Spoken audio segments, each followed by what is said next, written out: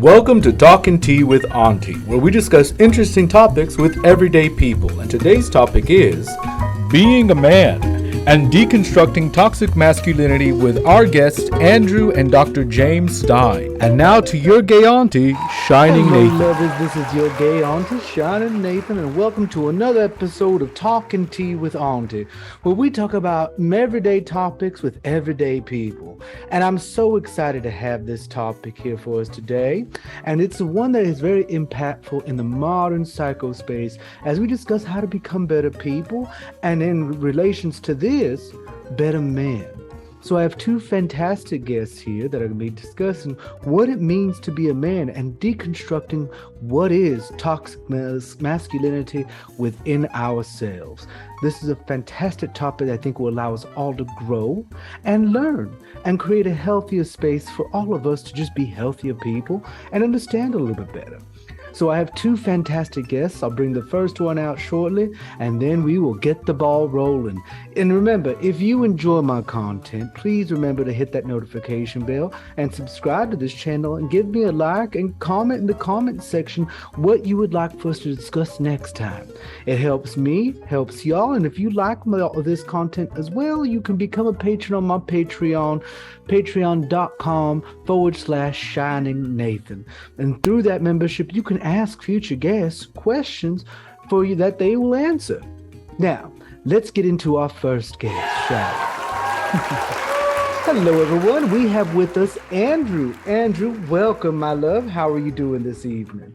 I'm even better now that I'm talking to you. Oh, well, such a flatterer. And I'm not going to complain at all. How has your evening been? It's been great. Spent some time with my daughter before bed, made sure dinner was where it needed to be. Was able to put her to bed right before coming to talk to you. So it worked out just fine. Oh, that's wonderful. And so give us, how young are you, sir? How young am I? I am 33. Okay. So you're just a year younger than me. Yeah, no, same age range. Perfect. And so tell me a little bit about your backstory. Tell me where you're from. Yes, so I was born and raised in East Tennessee. So right in, the southern side of the Appalachian Mountains, right there, central southern Appalachian Mountains. I was raised in a conservative Christian house by two parents that stayed together, stayed married for, still are married. One sibling, a sister, raised in the church, raised, playing sports, going to church on Wednesday nights, Sunday morning, Sunday nights. My dad was a preacher, still is, on the side on occasion. So I'm a preacher's kid. I went to high school in East Tennessee, went to college in East Tennessee, spent most of my life in and around the Appalachian Mountains. Beautiful. Yeah. So I learned in college that I wasn't straight, didn't come to terms with that in a way that I could say to another person, not really, until after I got married. And by that point, I was actually working in the church. I was pulled right after my undergrad, which was in communications. I was given the opportunity to work for a rather large church in East Tennessee. Supposedly as many as 2,000 members at one point in time. And went to that church, worked at that church, got ordained at that church, went to seminary while in that church, got my master's degree from a local seminary. But before that, I started talking quietly about how I wasn't just attracted to women. And that moment had shaped more of my life up to that point than I had realized, and shaped a lot of my life moving forward. That and my interactions with how ministries take care of the less fortunate and how that falls short, how that succeeds. One thing led to another, and now I work in Florida doing direct action justice work. That's wonderful. Yeah, so that's what I do, and I garden a lot. That's part of my story. That's a whole different thing. But and garden is an absolutely beautiful thing to be doing. And so, we're circling back around to your background in discussing what masculinity is and what it means to be a man. How did your upbringing develop that And where are you now in terms of that whole journey that has come up, that has arisen? Yeah. So what I could say now that I could not say then is that my masculinity was shaped more by what I was told I should not be than what I was told I should be. And I think a lot of men's masculinity, a lot of people that are, assigned male at birth, raised as men, because I don't think many boys are raised as boys. I was parentified. I was adultified almost immediately. My measuring stick was not another boy. My measuring stick was be a man, which meant be an adult before I had the capacity, 20 years before my brain would fully develop to let me do that. Even though my desires were to remain a child. Anyways, so I would say that my masculinity was shaped by don't be like women. Whatever is effeminate, don't do that. It's the whatever a man is. We can't tell you exactly what it is. It's the opposite of that, though. Don't do that. Don't throw that way. Don't dance that way. Don't act that way. So a lot of it was shaped by what it means to be an Appalachian. Your emotions are to yourself. Take care of you and yours. Keep your business to yourself. Know how to hunt. Know how to, repair a house if you need to. But it was also very much shaped by my father, who, whatever he was good at, became part of his masculinity. And what I can now say about myself is whatever I enjoy about myself is now part of my personhood, or you could say my masculinity as well. I did not see then what he was able to do, which was say, because I'm a good dancer, dancing is now masculine, instead of dancing being gay, which was labeled effeminate, right? Yeah. Because I like exotic foods, that doesn't make me weird or flamboyant, as many Appalachians might suggest. Things have changed, but that's how it was with him growing up. And so he was able to take the things that he loved and insert it into his masculinity, because the only lens he had for himself of his personhood was masculine. So I guess I was shaped by his masculinity and the masculine language of the populace around me. Yeah. And so in the terms of that learning of what is masculinity, what are things you've had to either unlearn in yourself or actualize of self? Because I know you mentioned your sexuality earlier on, but what are some other things that have either you had to unlearn or learn and actualize for you? Yeah, so I did not realize how much my worldview was dependent on oppressive systems. I didn't realize how much my masculinity was determined by patriarchal worldviews that would not exist if it weren't for capitalism, imperialism, and white supremacy. I didn't realize how much my view of masculine was also a view of man as primary and woman as secondary. I never thought those things on purpose, but looking back, it's obvious that was an underpinning of how I was both taught to navigate the world and ended up navigating the world in a lot of ways. It came out in the way that I wrote. It came out in the way that I spoke. It came out in the way that I dated. I had to unlearn this idea that the default of humanity is to be a man's man. I didn't know that was also holding me back from accepting parts of myself that I had villainized or treated as deviant. And I think that is very true, especially because there's similarities between what the culture you're discussing in Latino male culture and the machismo-ness that is inherent within our culture. And very much so. Like, for instance, when we had my funeral for my cousin, attending the funeral, I am the Latin man. I'm stoic. I am the rock. I don't express. I can, but I'm not there for me to grieve. By the way, this is for somebody else. But also, in your case, what is your favorite? So I'm at that moment not allowed to grieve. I could, however, there's a priority to be there for her, my mother, than there is for me to grieve in that moment, because she's the one that needs me most. it's an interesting thing. I have broken down several things of it. Thankfully, it's going to be weird. I was not raised by my father, so I don't have necessarily the same actualizations that other men in our culture have. Because I was raised primarily by my mother, and she was kind of like, whatever you're going to be, go. Try this thing. Oh, you don't like that thing? Okay, go do you. That's so interesting. So what I heard you say is that, because of your mother's influence, you had some kind of freedoms that you would imagine you would not have been able to have if you would have had your father's voice as present in those spaces.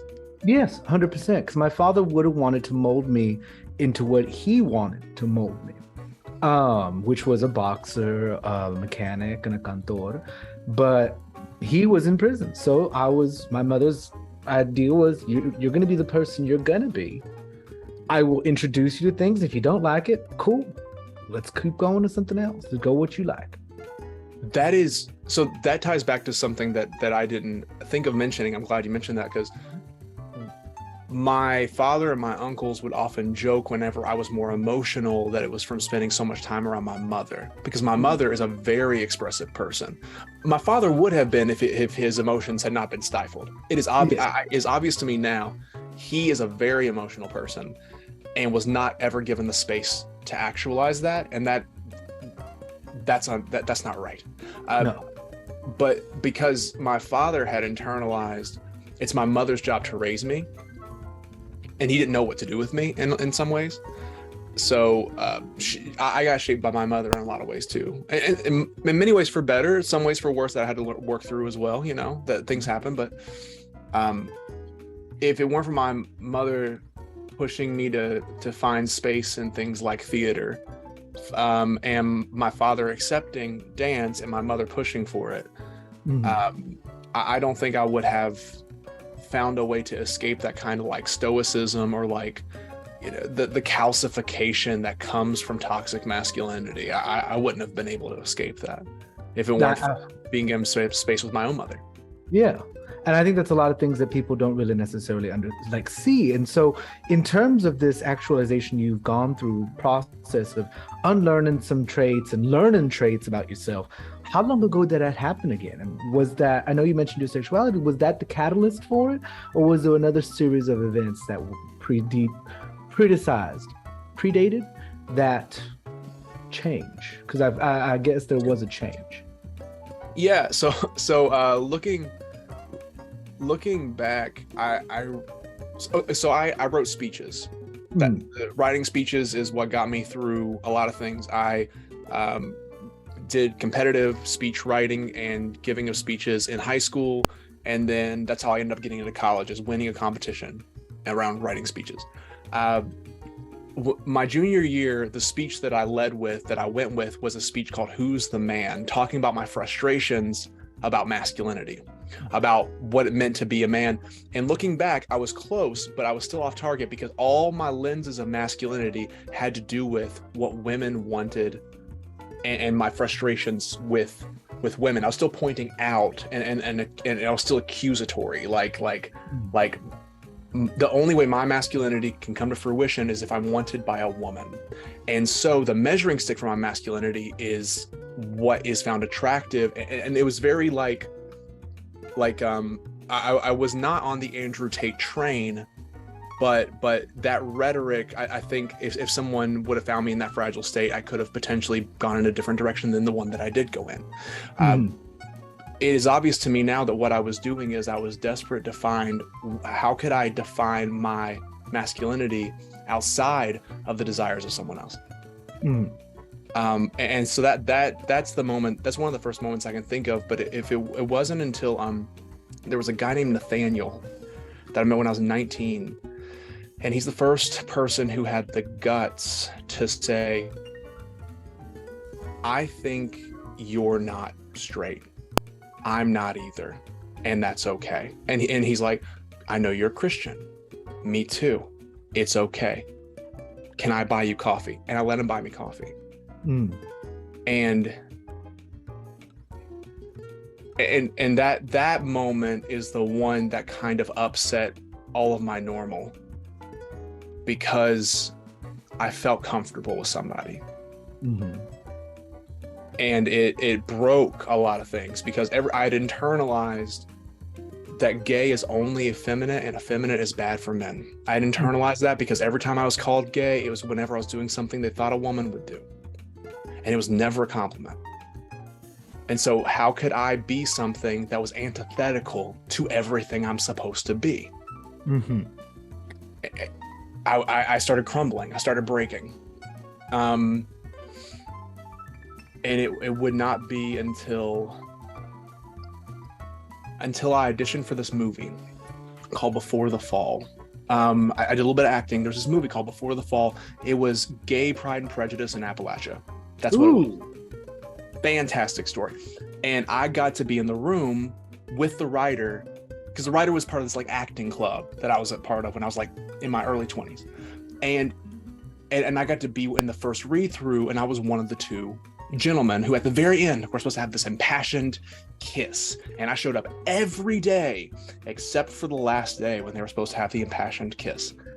And I think that's the day I really admitted to myself that this is something that I was afraid that I was afraid of something that seemed true.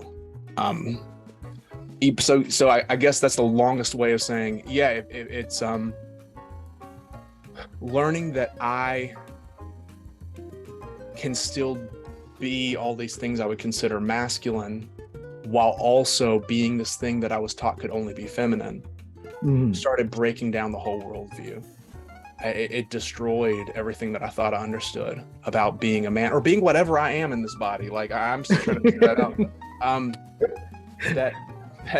That I can be in some kind of quantum flux between masculine and feminine at all times, and it can be defined outside of other people's desires, and also in response to other people's desires, and that can also be fun. And so, yeah, whatever sense you make of that. That was a beautiful answer, which is right at the perfect time for us to move to the second guest, and we will get back to this whole conversation. I will send you back to the waiting room for you to relax. I'm sure you need to stretch your legs because it looks like you're on the floor there. I am. I'm comfortable, but yes, I'll definitely stretch. Okay, go stretch and be a good boy in doing so. I'll do that. I will most certainly do that. I'll see you back in about 15 minutes, my love. Sounds good.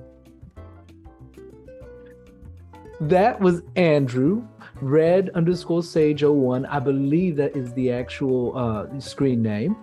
I love Andrew. He's fantastic. And next we are bringing on Dr. James Stein, fantastic other content creator on TikTok and other places. Fantastic creator. So let's bring him on out, shall we? Mr. Stein, how are you doing, my love? Oh, I'm good. I was just answering student emails on my phone while I waited. It sounds like a joy of a day. Oh, always, especially when it snows at 9 a.m. and then there's no trace of snow later that afternoon. The weather here really does gaslight you. It's It sounds like doing Texas, something. but most Texas gaslight you, so I shouldn't be surprised. Yeah, that's fair. Utah, same deal. So should I call you Dr. Stein or James? Which would you prefer to be addressed as? I usually prefer James, but if there's like a very important moment where you need to like lean in close to the mic, you can gesture the title for dramatic fashion. If need I shall do that. Well, James, tell me about yourself. How young are you? And give me a little bit of your backstory. Well, it's funny you mentioned that. I just celebrated my 33rd birthday, which means that I am halfway toward being a senior citizen. And take that with what you will. So I'm 33. I am a professor at a moderately, medium-sized university in southern Utah. That's not where I'm from, though. I'm from New Jersey. Spent the first 24 years of my life there. It's where I went to college and got my master's degree at Rutgers. And then I flew all the way to Tempe, Arizona to get my doctoral degree from Arizona State. So I'm a Sun Devil. That's the general flair of my academic side, but my personal life story is a little less smooth. It's a little more bumpy, as one might expect. So we can get into that if you want to. I don't know what direction you'd prefer to go in. Well, let's talk a little bit about that, because the discussion's about what it's like, what it means to be a man, and deconstructing toxic masculinity. So let's go a little bit into that personal, shall we? Okay, well, let me say this. I'm very ready for this conversation because I just finished listening to part 4 of the Andrew Tate saga from one of my favorite podcasts, Behind the Bastards, with Robert Evans. Ooh. So I just a quick plug. I have no affiliation with him. I just like his content. He's a journalist and a good one at that. So I can start in the same place that most white cisgendered men start, which is I was raised in a quote unquote fiscally conservative but socially liberal home. Now, what that meant was that between the ages of like 9 and 15, it was Rush Limbaugh on radio during the day, and Sean Hannity at night. Used to be Hannity and Coles, turned into the Hannity Show at night. Bill O'Reilly, the O'Reilly Factor, turned into Tucker Carlson. These are the shows that played just in the background noise of my mind. And as a young boy, that sort of thing kind of sinks in real quick and real deep, and you don't really even know what's happening. So I had a lot of not good beliefs, because it's not like I was taught to be, racist or homophobic per se, but it's something it's like a stew that you cook in for your whole life, right? It's like the boiling frog analogy, right? You turn the heat up higher and higher. So my own personal journey started when I was like 17. It was the first time I unlearned something. And at the time, I was very anti-gay marriage. And for the record, like, don't even talk about non-binary or trans people. This was not even a twinkle in my eye at that time. So there was gay and there was not gay, and that's where I lived.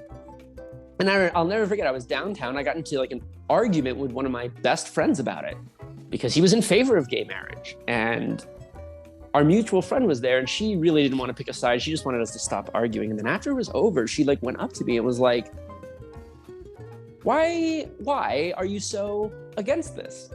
And I truly and sincerely had no answer for her.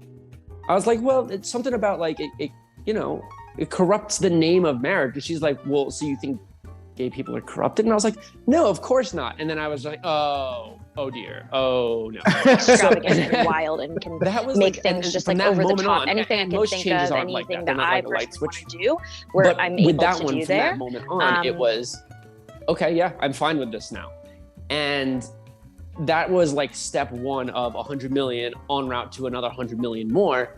But just to color that context a little bit more, in 2012, I'll never forget, I was in a Krausers, which is like a 7-Eleven on the East Coast. I was in a Krausers buying Muddy Buddies. And I looked up and they were playing Fox News.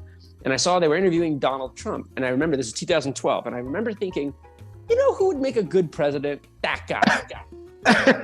And these are the thoughts of somebody with no education or experience or wherewithal in the area of politics. But, and this is what my girlfriend tells me all the time, it's just the audacity to say, I know he'd make a good president because of course I do.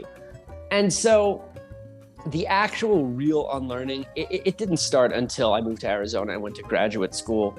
And so we're talking about 9 years ago, if I'm being generous, is when I started reading articles that came from the critical paradigm, and I started interacting with people who had a different life from me, and they told me their story. So like the power of narrative mixed with the historical and sociocultural prowess of these very detailed articles slowly but surely morphed my opinion about what, not just, political ideology, but like what does it actually mean to be a man in terms of what have I been taught? Very little. What do I want to be? No idea. And where do I go from here? And I think it's that last question of like, where do I go from here that a lot of people get stuck in. Because for me, I was asking that question as somebody who was preparing to be a professor. So I kind of knew where I was going. But there are so many young men between the age of like 15 and 25 who ask themselves that question, and they look around and they go, oh, I don't know.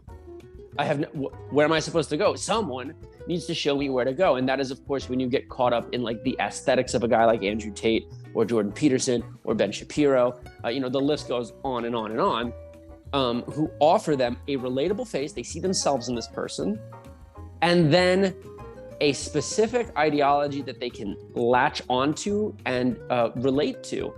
And I'll be honest, if Andrew Tate was around when I was like 14, 15, I probably would have thought he was funny. I probably would have been into it. Not because I was like overtly misogynistic, but because young men are really vulnerable and moldable at that point in time. So yeah, all that to say, I think like my own personal journey is one that has really not even been going on for that long, and therefore has a long way to go. But ultimately, colors the way that I see other people who have these predispositions of what does it mean to be a man. I feel like I can kind of relate to them. And that's why, when I was active on social media, I was often talking to people in the way that I would have wanted to talk to myself when I was younger and a bit more naive. And I actually try to do the same thing in terms of whenever I create content as well.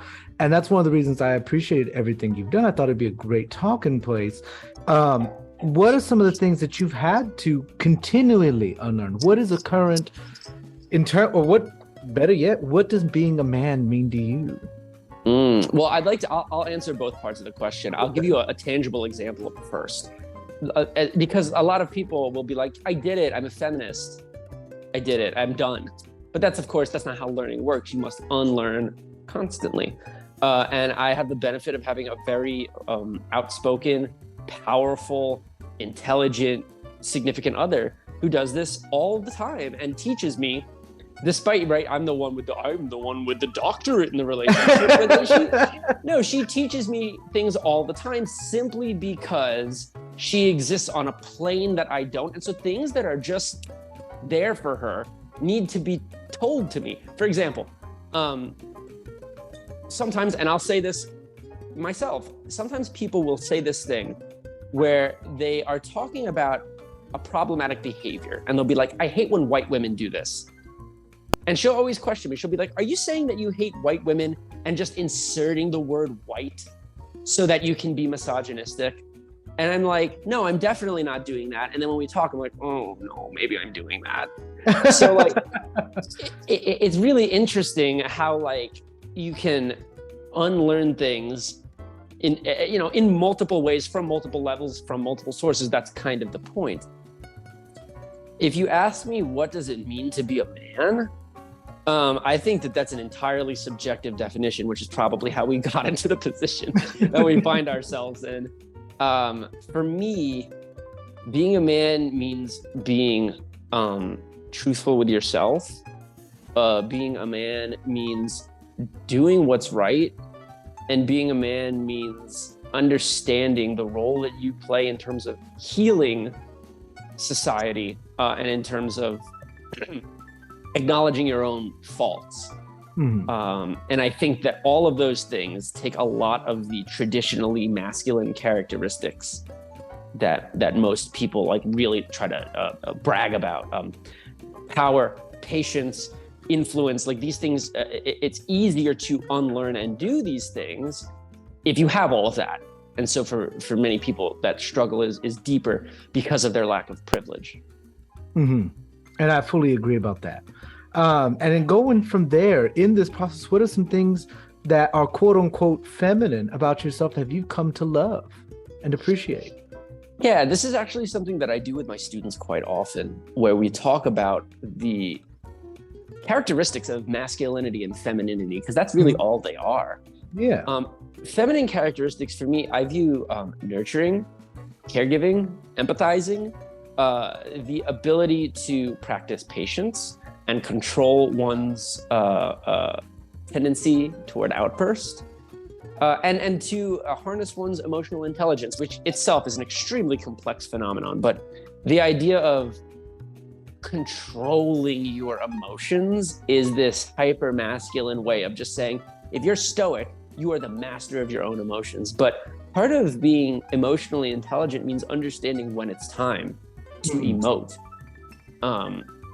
And even a big part of Stoicism, the actual teaching, does acknowledge the fact that you have to feel those negative inherent feelings first, but acknowledge what you cannot change about certain situations. And people often forget about that when they talk. Yes, absolutely. And I think that, me personally, I'm not an especially expressive person. The only time I'm really expressive is when I'm like playing sports or teaching. Oh yeah, so I play professional cross country wiffle ball.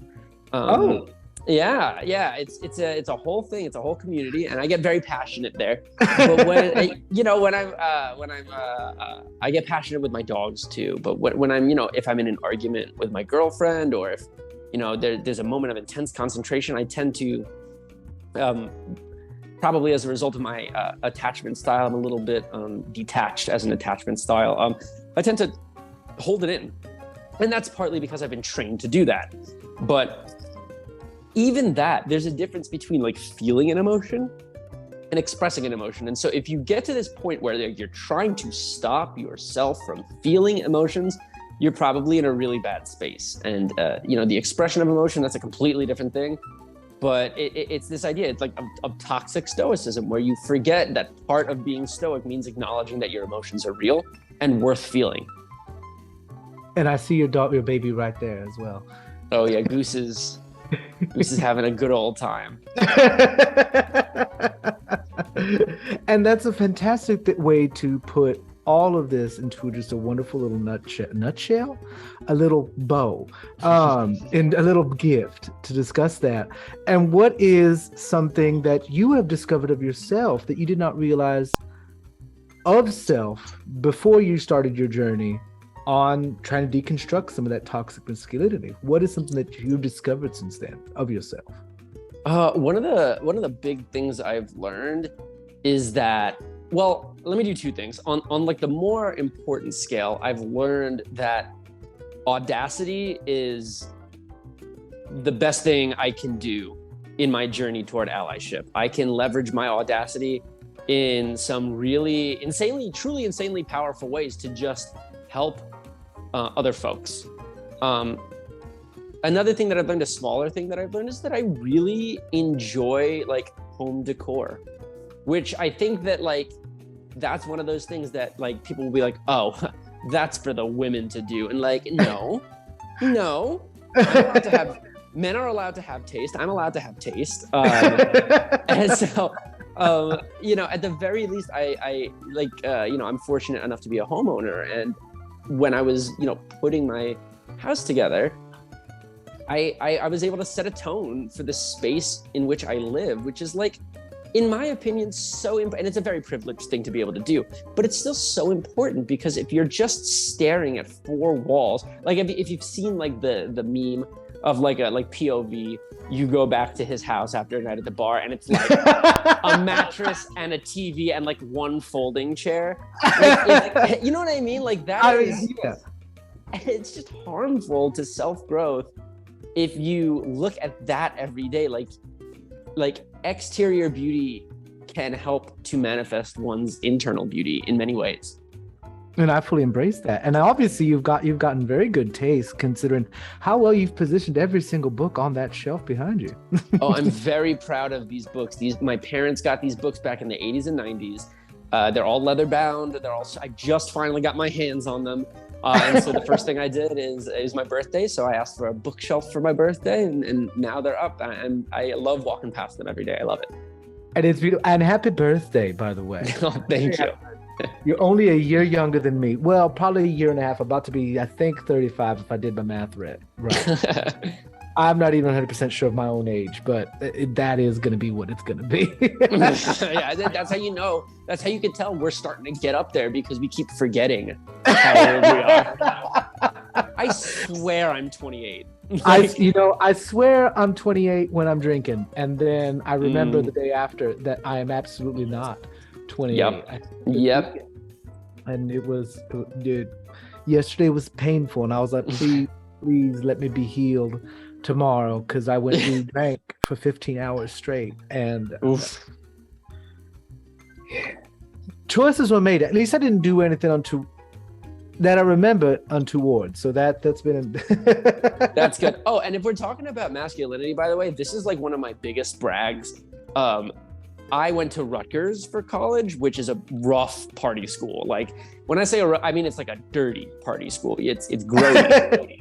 But I take like great pride in being able to reflect back, because I've never blacked out once. I take great pride in being able to reflect back on my time in college and know with immense certainty that neither myself or any of the men in my friend group ever abused or harmed or intimidated or threatened a woman. We were so not about that, even during a time where, for example, I would have thought that Donald Trump would make a good president. It was it's a really good thing to be able to look back on and think about.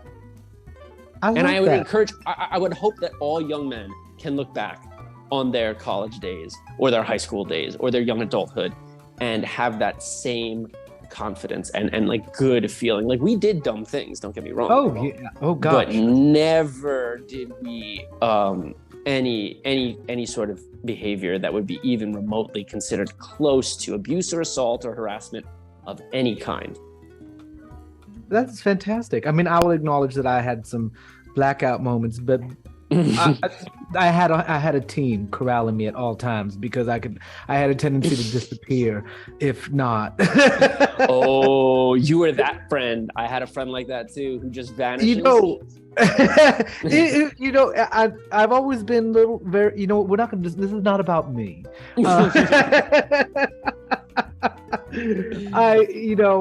Anyway, shall we bring on Andrew? We should bring back on. We shall. Yes. I went to school at a part of school, Texas A&M Corpus, and we were the theater arts department. And so our parties were all weekend long. Welcome back, Andrew. I'm glad to have you back. How was your break? Oh, it was fantastic. I did everything I was told to do. Except for the wardrobe change. Except for the wardrobe change. I can make that happen right. I got a duster on that. You know what? There he goes. I love it. If I had a moment, I would have gone to do a quick costume change, but I am trapped. Wow! Ooh. Look at that, a whole new man. Look at that, entirely different. Lovely. Look at this. I love that. That is nice. I love that. Yeah. Welcome back. We've had a fantastic conversation between James and I, and Andrew and I. So now let's have a conversation between both of you, shall we? Now, it's been a very long time since I've had to have this type of conversation with two men at one time, but let's get into it. So Andrew discussed religion in his course of his exploration of masculinity and how that played a role. How much has religion or background of that nature played a role in both of your perspective of masculinity and that journey? Who wants to go first, or do y'all want to talk amongst yourselves? I have some initial thoughts. James, do you want to go, or? No, you lead the way. Okay, so the two paths, the two through lines that I think of first is how, regardless of what the cultures that the Bible is written in had to say about masculinity of my regional upbringing became associated with godliness. So like the ideal, the godly way of being would have been like any average man, but just a little bit better, right? What the better would not have been away from their masculinity. It would have been from some kind of vice or some kind of pride or some kind of thing. The other through line would be, while in seminary, I got to get a better picture of how the Torah talks about the nature of God and how that differs so drastically from the masculinity of my upbringing. And yet most people that read that do not care. They kind of imbue their own masculinity onto God, because they associate God exclusively as masculine. So I guess those are two through lines. To summarize that, I guess, is masculinity was considered holy in my upbringing, and then when I learned enough to show that maybe that wasn't right, no one seemed to care, because patriarchy was a stronger domineering tool that spoke through religion rather than religion speaking through patriarchy, I guess. Is what I might say. James, I spoke for longer than I intended. You go right ahead. Well, so my experience was pretty much the exact opposite. I was raised without religion. Okay. Like, and I don't mean that my parents were like, we are atheists. Like, what I mean is that I would get regular sit downs from them where they were like, now we don't practice religion in this house, but if someday you want to explore it, you're more than welcome to. It was that kind of thing, which is ironic because my parents are the ones who converted to Presbyterianism, while I deviated towards Satanism. And so there's a smidgen of difference there. I mean, you have to hold your head sideways, but there's a slight difference there. But it's so interesting because, when I grew up, I was taught that if you are the type of person to like do Pentecostal preaching or like the Joel Osteens of the world, like I was taught that those are just grifters, like they're just con men. And so I grew up my whole life knowing, oh, you're a con man. Oh, you're a grifter. Oh, obviously, who doesn't know that? But that colored my perception of masculinity, because to me, now here in my 33-year-old body, I see men like that, and to me that it's the opposite of masculinity. It's fear mongering, it's outrage porn, it's cowardice in to me, right? And so for me, I'm like, oh, none of these things are masculine. These are all they're not feminine either. They're just there, uninspired, unoriginal. Same thing has been going on since 1,500 years before the birth of Jesus Christ. So it was always so clear and obvious to me. But it wasn't until I forced myself to look into the priorities and the viewpoints of folks who grow up believing these things that I understood kind of what Andrew was saying about the inextricable intertwining of masculinity and godliness. And so that, in terms of, you talk about like unlearning stuff, like for me, that took me forever to understand. It was so hard for me to wrap my head around that because of how clearly I was instructed from childhood not to trust that sort of, fear mongering. That's incredible. It's interesting to hear you say it like that, because you got the chance to hear this from the outside. Yeah. I kind of did a little bit, but not entirely. The church movement I was a part of was independent Christian, and so it had a view of denominations and like Pentecostals, Baptists, and various others as the as kind of like the whack jobs of it all. It's just like those are the judgmental ones. Those right. are the sensationalist ones. We're the rational ones. That's exactly what my parents say. That's exactly what, they're not like us. They're nothing like us, which is so interesting because it's true in many ways. But it's kind of like when people say like, well, I'm not racist. I just voted for Trump. And it's like, yeah, well, who did all the white supremacists vote for? The same one you voted for. Don't you think there might be some unpacking to do there? That kind of thing.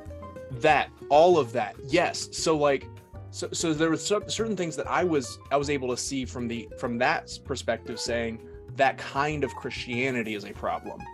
And whatever was considered that kind, the box got bigger and bigger as I grew up. But I could not escape the as you said it so well, the inextricable intertwining of it. It's almost like Christian was a trait looked for in a good, to tie us back to heteronormativity, a good partner for a woman was a Christian man. Like he needed to also be Christian among these other traits. Otherwise, he wasn't bring home material. And so that was another part of the valuing. It is like godliness must be attached to masculinity.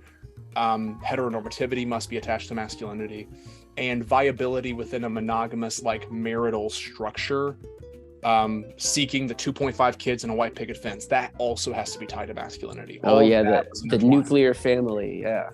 Now, Exactly. does the 0.5 mean literal, or does that include the dog? Well, there's this guy named King Solomon, and he had this great idea. That was the average of the time, right? It was like on average, a U.S. household had 2.5 kids. I forget where that might just be a cliche at this point. Oh no, I think so too. But I remember it too. Thankfully, I was technically there were 2 children. I was the only child. My brother, only brother my mother had, is 19 years older than me. Wow. Yeah, he's an Xer. My mother's a boomer. That is interesting too. And so for y'all, that is another way that also plays into masculinity, the differentiation of the parents, because some people at our age group were raised by Gen Xers. I was raised by a boomer, which is same. She's 71, I think. Yes, she was born 51. I'm not good at math. I am not good at math. Nor do I. My father's nearly the same age, so. Okay. Yeah, my parents are right around there. Yeah. Yeah. All of us were raised by boomers, so that is a very interesting. I've met a few friends that were raised by Gen Xers, and they're like, "Oh, is that your grandmother?" I'm like, "That's my mother." Oh. That is my mother. That's okay. Are y'all also being racist because she could have had me significantly earlier? Is that?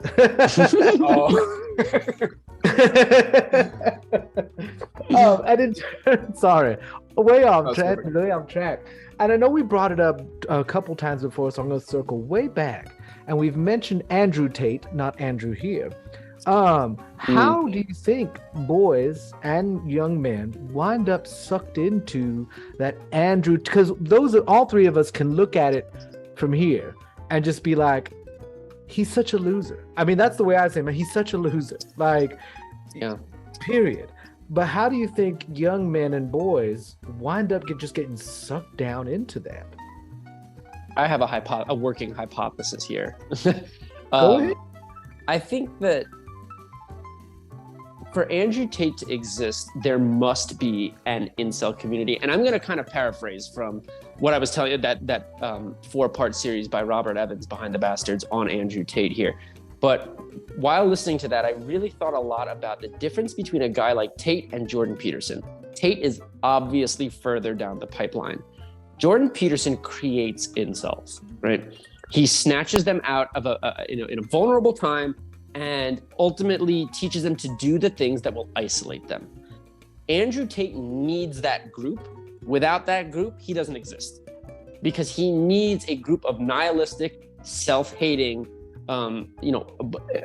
bordering on self-harm or harming others type of men, so that he can grab them by the cheeks and look them in the eye and say, no, you've got to get a Bugatti. And if you don't have a Bugatti, so like, and when you get to that level of intensity, it becomes very easy. You look at Andrew Tate, he's talking very loudly. There's a heuristic overload happening here. You get emotional flooding, emotional contagion, and it gives you a sugar high. It gives you a temporary high of adrenaline, which you connect to this idea of being violent and masculine.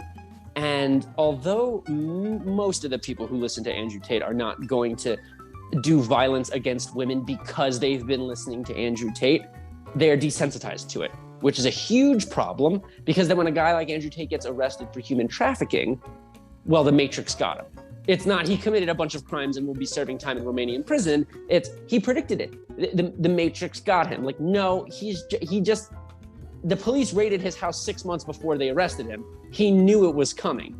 But they allow themselves to believe that sort of thing because he catches them at such a vulnerable point and inserts his personality into them. So that's my long-winded way of hypothesizing how this happens to so many young impressionable men. I go ahead. That's so interesting. So it's obvious that it wasn't until you said it that the dots kind of connected for me, like what this has always felt like, and it's this kind of like white knuckling of a way of being a man. It's like, at least it's what it feels like. It's and every step down the ladder or up the ladder, depending on how you look at it, I guess, is a further clinching on to, no, I'm going to hold on to this way of being for dear life. Because this insufferable, emotionally constipated, overly loquacious kind of like, I am this way and this is the way I should be and everyone should be like me, and in a world where people like me are in charge, everything's good. And when you sell that to someone that's never had power, it's sexy. I could see that. That makes a lot of sense to me. And to see that as a trickle down from one to the other is just like when the rubber meets the road on the Jordan Peterson story and it doesn't deliver, you need either to divert from it and go a different direction, or you need something that you can hold on to a little tighter. Mm-hmm. Perhaps something more aggressive, perhaps something more violent. Like we all do this with different ideologies. I mean, this isn't a unique thing. It's just particularly obvious to us, right? Like we all have a cognitive dissonance of some kind of way of being, and in this case, I guess I hadn't noticed that each of these are kind of like boss levels on what, you know what I mean? Like the first Pokemon gym is not Jordan Peterson, but maybe he's the third, right? And you got to be a certain level of self-loathing and angry and hold on and level up to that point to beat that gym. But you can't make it to the fourth gym at the same level. You can't do it. You got to level up. Something's got to happen to you along the way. It's all about making sense of a world that everything they've been handed doesn't make sense anymore, does it? Mm-hmm. And you just need someone confident enough and loud enough and projecting a certain kind of success enough, and that's all it takes. But it's getting harder and harder, isn't it? Yeah, because the world's falling apart for men like that, and so it's not aggressive enough. What's so interesting though about Tate is that he and this was something, again, not to continue calling back to Robert Evans, I just don't want to make it sound like it's an original thought when it's not. He dabbles in left-wing ideology. Like if you listen to some of the things that he says, he'll talk about how capitalism is a scam and all the billionaires, it's a class war and they're all against you and us and even me, even though I'm rich, I'm not as rich as them. And so then he takes a right turn, right? Instead of saying we should dismantle the system, right? Instead of saying we should dismantle the system that's creating poverty by necessity, he goes, you got to scam the scammers and I'll teach you how to do it as long as you give me money, which again, to me is like, he just told you to scam the scammers and then asked you for money. Like, shouldn't you be able to make that connection? But no, especially not when, if you're anything like me growing up, it wasn't me putting $29.99 into Andrew Tate's Discord. That was my parents' credit card. They weren't asking a whole lot of questions. You know what I mean? Right.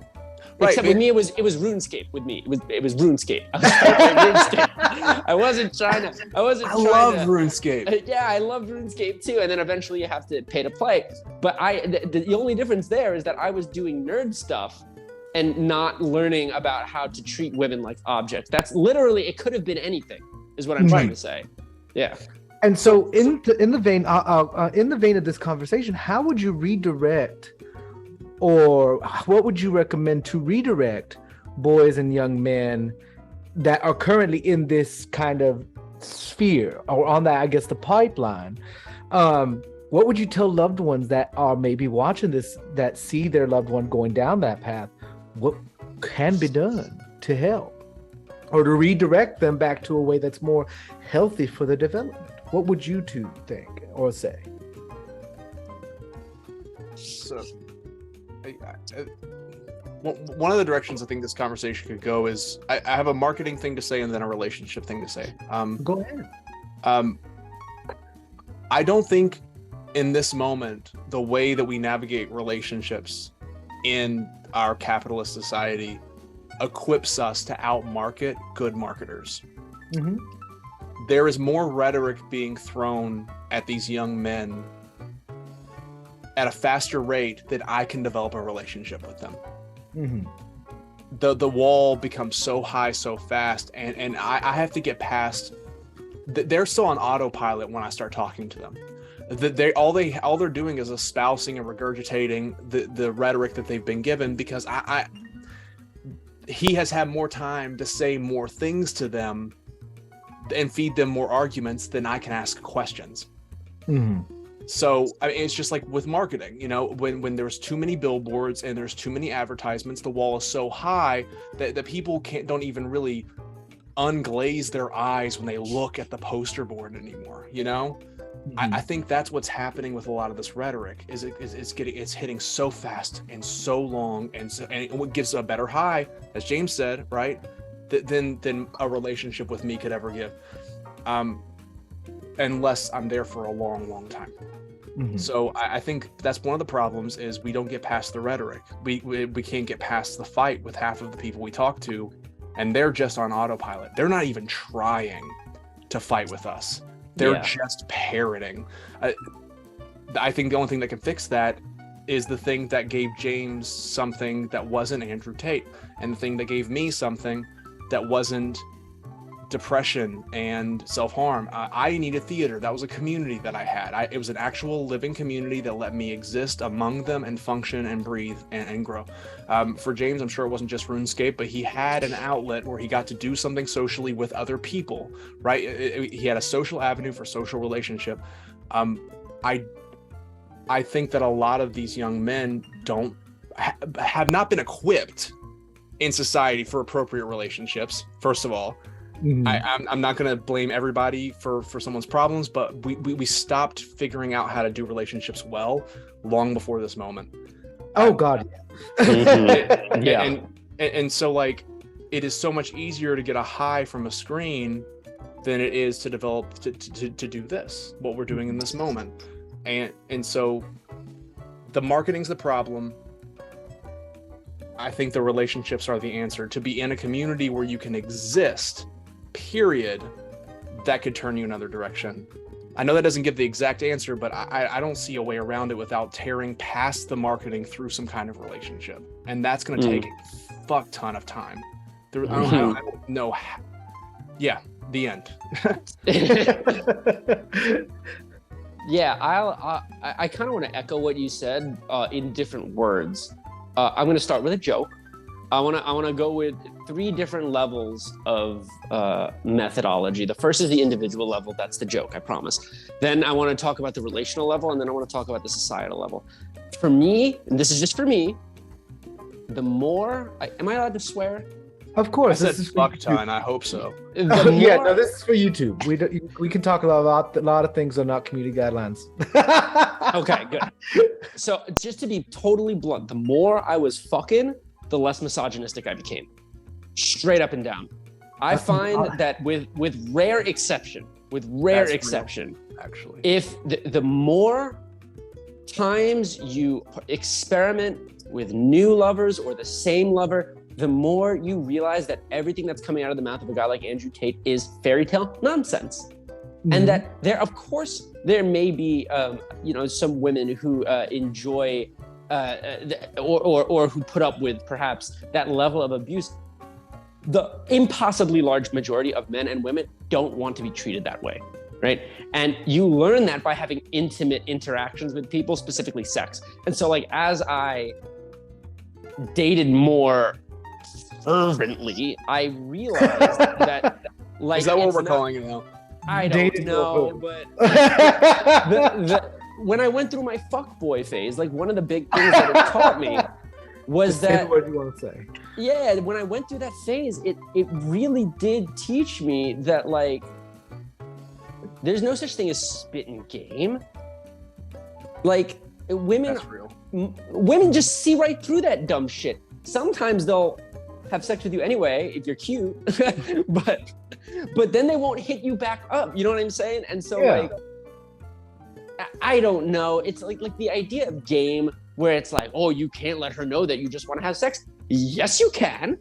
You absolutely can, and you should. And you should, because if you got it like that, you're probably getting laid anyway. So that's the individual level. Like if you act that way, it's probably just evidence that you are lonely and not experienced in that field. The relational level, which is a little bit more serious, and this is part of what I really wanted to do during my time on social media, was not necessarily, partly speak to these young men, but also train the people around them in how to approach these young men via the Socratic method. Understand what they're about to say, understand why it's a fallacy, and know where to locate information that can debunk what they're saying, because maybe they won't listen to me, but they might listen to their sibling, they might listen to their friend or their significant other if they're saying the same or similar things, in a way that, because if you have a relationship with this young man, you might be able to reach him in a way that, an influencer or a talking head on TikTok simply can't do. So I think that Socratic method of question asking is really big at the relational level. So if you see someone going through that, work to be patient with them, And then finally at the societal level, it's one of the big things that we can do to solve this is one of the same things that we can do to solve the crime issues that we have in densely populated metropolitan areas, which is make more social programs, like make government, state, local funded social programs. I made 12 friends in Little League. Was I good at baseball? No. I was 4'6".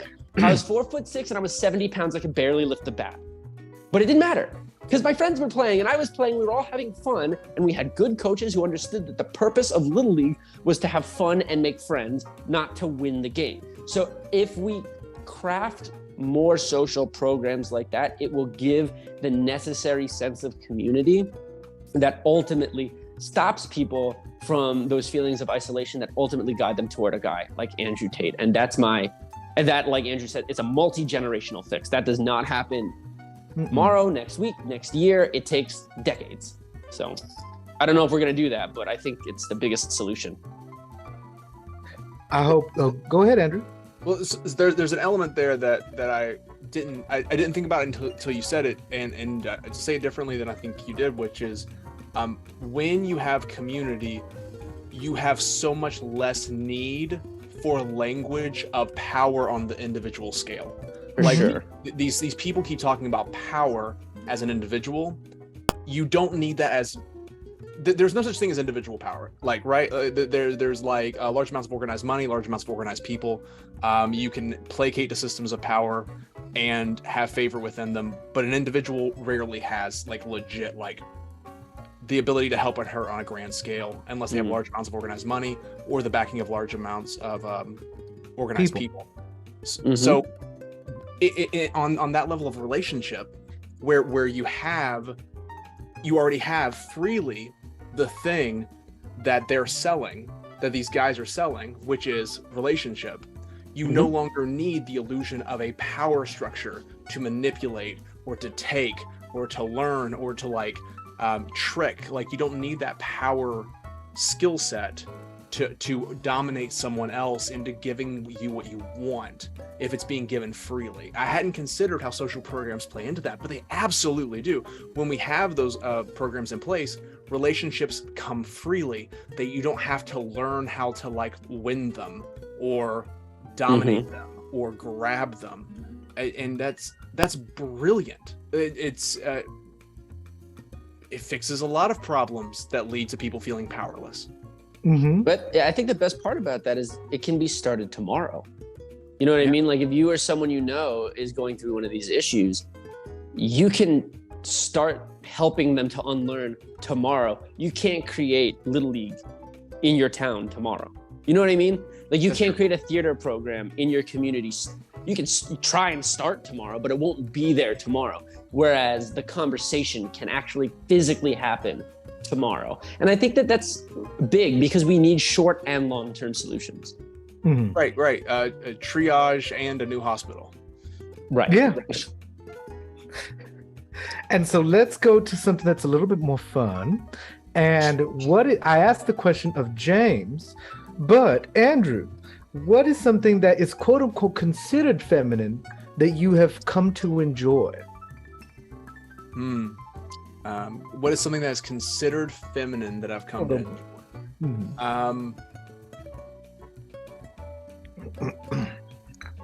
Probably this is gonna sound terrible.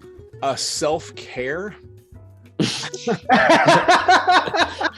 Like I hate to say it that way, but like, I mean, the amount of men that just like don't celebrate hygiene and caring for themselves, like talking. I am learning that on TikTok. I am learning about how men don't wash their ass.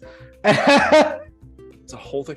Like, I have always like long ago, I would find myself envious of women or more outwardly or overtly gay men, as however you would determine that, who would celebrate their looks or their shoes or their clothes or their makeup or their skincare routines, and it's these like smaller, how easy it is to celebrate yourself, and how often masculinity teaches young men they're not allowed to. And so I guess actually my answer is celebrating myself, like to delight in these little moments of like self-care and enjoyment, and with that, you know, dabbling in makeup, dabbling in nail polish, dabbling in all these things that are considered effeminate, but like that kind of self-care and celebrating it is something that I've learned to let myself have. That's I love painting my nails, but because I'm such like a big, strong alpha male, whenever I go, no, but this is for realsies though. Whenever I go to the gym and I'm lifting weights, which is not something I do much more than a couple times a week because I try to diversify my exercise. But when I'm lifting weights, I think something about the way that I grip the weights makes the gel chip. Like, like it's horrible. And like I can't, like I tried soft gel, I tried hard gel. I'm about to just do press-ons and then press off for the gym. Like, so are you gripping like this? Are you gripping like this? Like with your thumbs under, like here? I guess either under or over if I'm holding dumbbells, depending on the way that I'm. Try a false grip, because it doesn't engage the ends of your fingers. Instead of gripping like this, turn your thumb up here. Grip like this. Well, because you can't engage these last muscles here, and so you can't turn your fingers under when you do a false grip. Oh, maybe I'll just do that. I'd have to drop weight, but well, I mean, you are just as strong on pull movements from a false grip as you are. Right. So. Oh, maybe I'll give that a try. I'm going to have to, here's what I'm going to do. I know exactly what I'm going to do. I'm going to do an experimental design, because there's no way for me not to turn this into an academic activity. I'll get a fresh coat of like powder dip, and then I'll do a traditional grip with one hand and a false grip with the other hand. And I'll see if one hand chips and the other one does not. I'm so excited for this. I need to know the outcome, because I have the problem. I just switched to powerlifting. Good for you. Which, thank you. I am exceedingly strong. I just reached my first PR of 245 on my bench. So nice. That's wonderful. It's intense. It's intense. But do you hold on? Do you do PRs like that, like in the hat and the dress? Because that would be the best sight ever. That would break every Andrew Tate fan. I need to watch you humiliate their max in a dress. Am I wrong? I need to do that. I don't think you're wrong. Because I go for comfort, so I look, and people have seen me, and I feel so sorry for these people that wind up running into me at the grocery store after I left the gym, because I am in like a muscle shirt and shorts, and I am disgusting. I am the epitome of disgusting. And they're like, "Oh my God, Shiningnathan!" I'm like, "Fuck, I forgot my mask." Hi. It's not because I don't want you to hug me. It's just I am exceedingly gross, and we're not in the right environment. This can be, you know what? Let's not talk about some of the communities I'm a part of. But it's been one of the most interesting things is the fact that. But I should talk to my trainer who's been teaching me powerlifting. She's a lesbian, very, very butch. We joke about it, but she's this tall, and I'm 5'4", and she's this tall on me. Wow. And I adore her, and she would probably die laughing. Just me walking in full gown, just like, video it. Let's go. That would be, I feel like if you did that, like, you know, like the thing where like someone like posts an exceedingly rude comment, making an assumption about you that's like demonstrably false. Like if you wait for the right comment about somebody calling you like too effeminate or something like that, and then reply to that comment with you doing like 215 for reps in a dress, you know what I mean? Like I just feel like the virility of a post like that would be unmatched. Oh yeah, and I've been wanting to do it. It's just like I forget that my phone exists. I am a horrible quote unquote influencer. Like I rarely create content outside these four walls. And then, because then I'll be at the gym, because I go with my trainer once a week, and then 5 days a week I work out by myself. But I'll see these guys at like 4 p.m. with like a tripod and like a full setup, and I'm like, it is 4 p.m.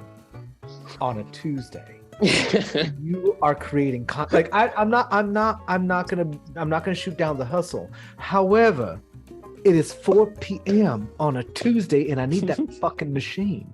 Anyway, so I'll just walk over and like, hey, how many more reps do you have? Oh, do you want me to pick down the weight? No, can you add more? That'd be great. Thank you. I will say it is an absolute like I work out at the same time as most of the like veterans at my gym, and it is fun with this hair, and usually in like mid-thigh shorts.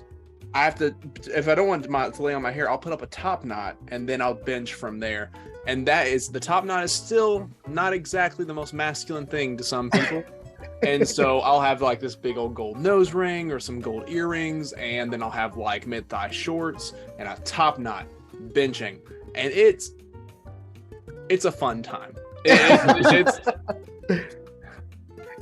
I will say it was interesting because I did have small fake pointed nails, press-ons. Like they were a little coffin, like they were barely a pip. But there was power in having those long nails. I hated them. I hated having them because I'm very practical in terms of things I do. But working out with them, I was like, okay, let's do this. And once I was like, I hope that didn't hit anybody. That is no longer a me problem. But I do get looks. I'll forget that I'm wearing this, or I'll wear an earrings, and then of course I normally have these all painted. But it is interesting. But I'm in San Antonio, and we're very liberal city, and the Gold's gym I go to is a lot of gays go there. It's the second gay gym in the city. The first one's the other Golds off of I-10 and 410. Evidently, I don't care. I just don't want people to look at me while I'm working out. Let me finish. So in this wonderful conversation, my patrons get to ask questions of my guests. And we have 3 fantastic questions from some of my patrons. And to anybody watching or listening to this, if you'd like to ask questions of our future guests, feel free to become a patron on my Patreon at patreon.com/Shiningnathan for as low as $3 a month. So now let's get into these beautiful questions, shall we? Now, this first one is from Heather, and my own handwriting sucks. So, is it becoming more acceptable for men to be emotionally vulnerable and supportive in their friendships with each other? I find many men I know are only vulnerable emotionally with their romantic partners, and therefore wind up alone if the loss of that partner were to ever happen. Gentlemen? I could start. Yeah, go ahead. Well, I think in a couple of ways, Heather almost answered their own question there with this idea of like, it is, but only to an extent. I think that the jig is up in terms of men understanding, heterosexual men understanding that the women who they end up in relationships with want somebody who's going to be vulnerable with them and want somebody who's going to be real with them. But I do not think that has yet bled into platonic friendships or, and perhaps more importantly, professional relationships. And I'll speak anecdotally. the study of communication is a female-dominated field. Still have men though, right? And so when men participate in my class, they are a little bit more timid than I might expect men to be. And I think part of the reason of that is because they're really afraid that if they say something silly or sensitive or vulnerable, that this large classroom filled with mostly women will judge them or not like them. And it never happens, right? It never happens. And so by the end of the semester, people are much more open. But I think that what it really comes down to is taking that masculine risk of putting yourself out there and being vulnerable. And like, it's like when people say like, oh, nobody wants to date a girly man. Like, right? They say, it's like, who says that? Who says that? Is it other men who say that? Yeah, It's only other men who say that, right? So the practice of doing that assuages those doubts. I just don't think it's become mainstream at the level that folks like us might want it to be, or might see it as being in our community, in the larger community. I just don't think it's there yet, but I think it's moving in that direction slowly. Yeah, I would agree with a lot of things that you said, and I'll repeat some of them in my own words, but I also want to say something else from like a relationships within the church perspective and how that has affected some things. So I would agree that she kind of answered her own question, and yes, it is becoming more acceptable for men to be more intimate, especially in heteronormative relationships.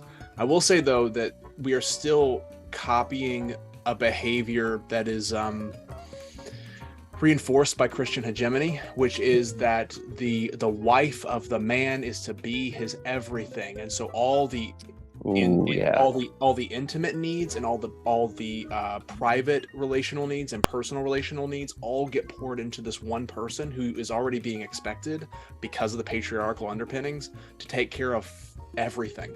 And so now she's also taking care of everything that her husband needs emotionally. So I think there is like this problem within the Christian reinforcement of heteronormative marriage. There's this great book about it that I've gotten to read again recently, recommended by a friend of mine, named All the Rage by Darcy Lockman. It talks about the gender imbalance that happens within the household between heteronormative couples. Great book. And so I do think that men are figuring out how to be more open and intimate, but I do think that there are ways that it can look like men are becoming more open and intimate when it's actually just a reinforcement of Christian hegemony on heteronormative relationships. Well, she's going to be my everything, and so I'm going to put all my intimacy into her, all my private needs, all my personal needs into her, instead of learning how to be more emotionally open with other people, which leads me into the church conversation. When you create church ministry, especially in evangelical circles, you're trying to create opportunities for people to feel emotional intimacy in large settings as fast as possible. In small groups, in worship services, in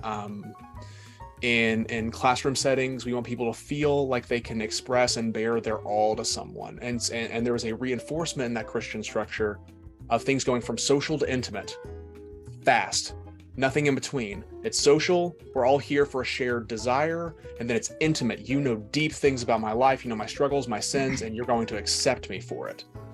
If it works right. So I think that depending on the circle, we are learning intimacy, but what we're not learning is how to delicately escalate relationships in healthy ways. To go from social to personal, where it's not about shared activity, it's about the person you're doing whatever with. From personal to private, now you know some of my stuff, we're not just doing things together because it's you. And then from private to intimate, and intimate not just being about sex. I don't think we've taught people how to escalate. I think at least in Christian circles, we've taught people how to go from social to intimate. And depending on how we use dating apps, from public to intimate. But we haven't taught people how to escalate effectively. It's becoming more common, but we don't have all the tools we need in our toolbox yet. You know what this makes me think of? The end of the movie Step Brothers, when they hug. Do you know what I'm talking about? And how awkward it's just like when Will Ferrell and Adam Scott's characters hug, and it's like, and they finally hug. Like, that is where we're at right now. Men are finally acknowledging that they want to feel loved and they want to open up and they want to be vulnerable, but there's still a subsection being like, if I do that, the women will view me as less of a man and I'll never get into a relationship. But of course, again, the only people saying that are men. And I think Andrew made a really good point. What we would in the social sciences call an agentic friendship, which is like a task-oriented friendship. Like, those are still quite popular, but there are little rhetorical tricks that we can do to speed the process up. Like, for example, when I visit my friends from New Jersey, I make sure I always tell them that I love them when I leave. Love you guys, right? And these are platonic, heterosexual men who I'm friends with. And that little motion helps, I think. I'm hoping. And they say it back. They say it back. The first time my male friend told me he loved me was at his wedding. And it meant a lot to me. And I was like, that meant a lot to me.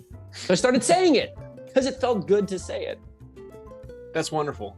Yeah. The invitation of like, it's not disclosure, reciprocity, is it? It's like when we're willing to give us something of ourselves, and that gives the invitation for someone to give the same back to us. Yeah, that would just be disclosure, reciprocity for sure. Yeah, so I love that. That makes perfect sense. Mm-hmm. I mean, I say I love you to my friends, but most of my male friends are gay. But I will agree with you, Andrew, in terms, especially also in gay relationships, because we are men. That is what we are in these relationships. There is that lack of that gentle escalation of, and especially today in current gay relationships, where in dating, sex does happen relatively early within the courtship process. And I'll admit, it does happen very quickly, but at least I'm very blunt about what I'm looking for in that moment. Like, However, I think there is that men go from, especially in the gay community, because we're still modeling certain things, our own relationship practices off of heteronormative relationship practices, in the fact that we do not have that gradual escalation in terms of courtship. In friendship, that kind of does exist, but it does typically happen very quickly because we do share a lot of information about each other, especially about our own sexual escapades, very quickly. But I actually was dating someone recently where we went from, I met him a couple dates. There was no sexual interaction because I was wanting to do things, try things differently than my previous courtships. But there was the level of emotional oomph he was wanting from me in terms of was exceedingly high after only met him twice, if that makes any sense. For me, I was like, I do not know you this well for me to being given this type of emotional, I guess not baggage per se, but this type of emotional oomph so quickly. But I've also gone through the last 2 years of exploring what it means to be alone and being left the fuck alone in terms of romance, not in terms of sex, but in terms of romance. And a lot of gay men don't necessarily do that escalation of, okay, we went on a date, we went here, now we're here, and now we're very intimate. It goes from point A to point Z exceedingly quickly. So I think that's something that a lot of just across the board should actually learn from. It's complicated. I think the way that I was taught dating growing up was that you camp out in the social space for a really, really long time until you get to be in the intimate space. Mm-hmm. And I realize I'm using those terms very anecdotally, like where you camp out in a space where it doesn't actually have to do with the other person. It's just the shared activities until it can finally be proven to be something real through some kind of intimacy. Mm-hmm. Or something that might exist through like deep self-telling, like of giving of each other. And I wish someone would have told young me that there was this whole world in between those of where someone can deeply mean something to you for who they are, regardless of what the thing is, without you knowing their deepest, darkest secrets, without you sharing of yours, or without any like deep forms of sexual or intimate touch. Like there's a world now go for the sexual touch. I'm not criticizing that in the slightest. No. But there's this whole world in there that's also there to be enjoyed that really was never emphasized in the conversations about how I was taught to connect with someone. Yeah, it's like a false binary that men are fed. Yeah, I think you're right. And I agree as well. Let's see, what is the next question?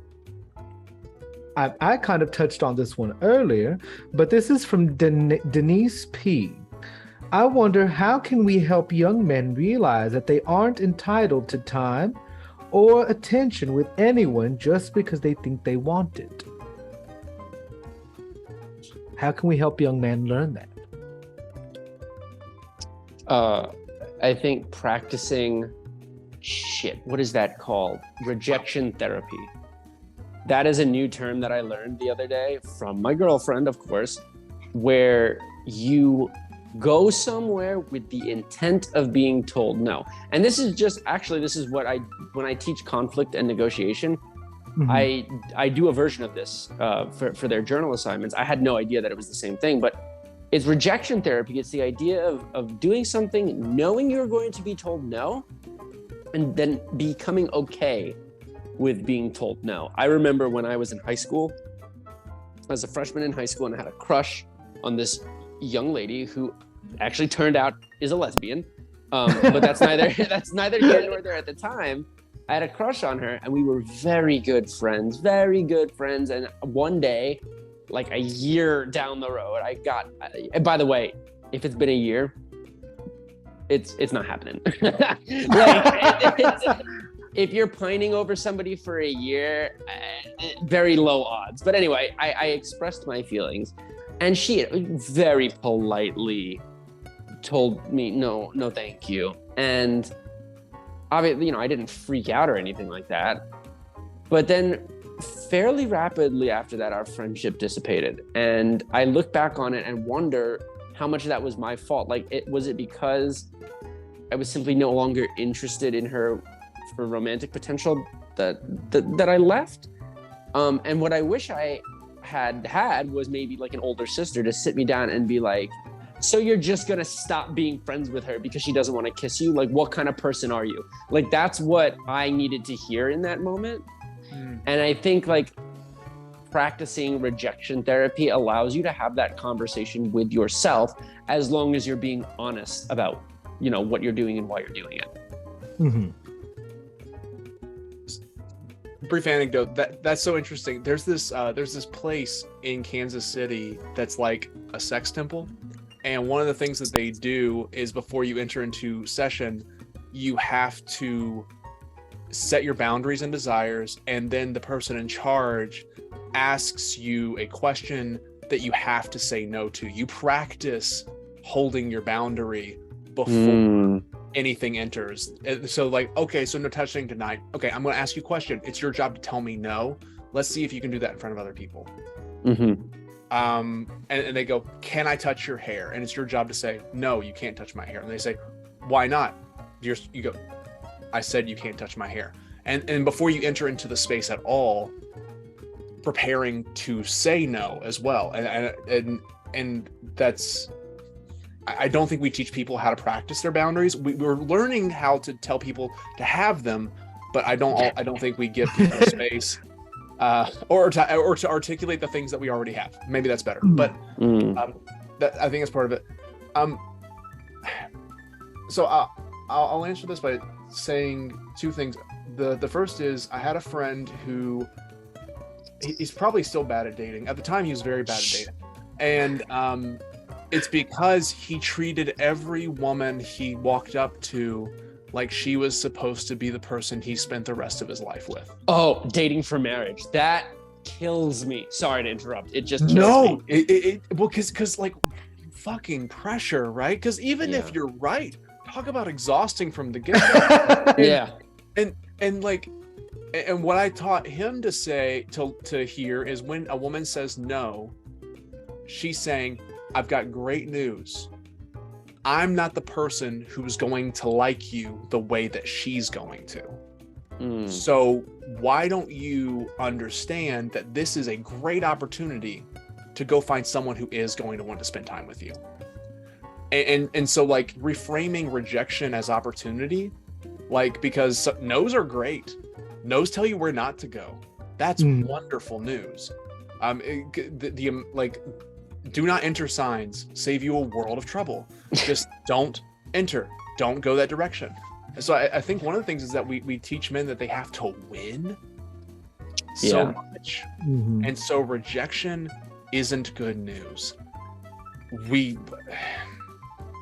And that makes it a battle between getting someone to give you what you want of them, which is an ugly mess. Another part of it is I don't think we've taught men that nobody owes them shit.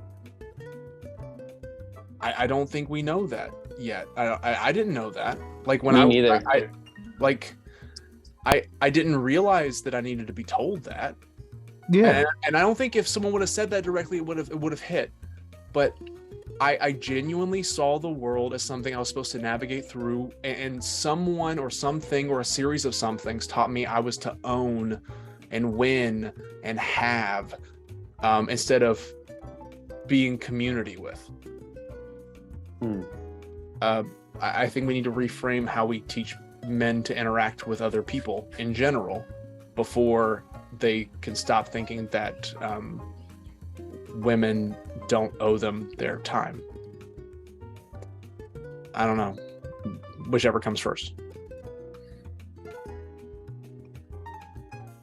I mean, I fully agree with what both of you said. I mean, coming from Latin culture where it's very much, and I will admit there are moments where I have to catch myself because I was raised by my mom, my aunt, and my grandmother, a matriarchy in a way.